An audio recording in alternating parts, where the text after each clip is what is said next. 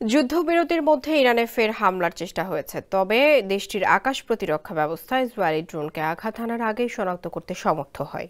খবর প্রকাশ করেছে middle East Eye. 24 June গভীর রাতে ওই ঘটনা ঘটে। ইরানের সামরিক কমান্ড জানিয়েছে, যুদ্ধবিরতি কার্যকর হওয়ার পরও ইসরায়েলি ড্রোন তার আকাশ সীমা লঙ্ঘন করছে।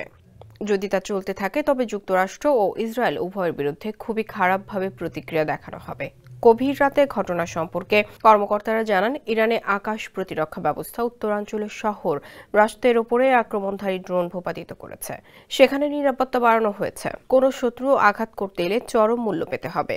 এর আগে মঙ্গলবার যুদ্ধবিরতির শুরুতেই দুপক্ষ যুদ্ধবিরতি লঙ্ঘনের অভিযোগ তোলে। তখন যুদ্ধবিরতি ভেস্তে যাওয়ার শঙ্কা দেখা দিলে মার্কিন প্রেসিডেন্ট ডোনাল্ড ট্রাম্প কড়া বার্তা দেন। জেনেক্সে শিফট করো, লাইফকে লিফট করো। তিনি বলেন, ইরান ও ইসরায়েল উভয় পক্ষই যুদ্ধবিরতি লঙ্ঘন করেছে, তবে তিনি ইসরায়েলের আচরণে অসন্তুষ্ট বলে মন্তব্য করেছেন। ট্রাম্প এক বার্তায় ইসরায়েলকে সতর্ক করে বলেন, বোমা ফেলানো বন্ধ করুন, আপনার পাইলটদের এখনই ঘরে ফিরিয়ে আনুন।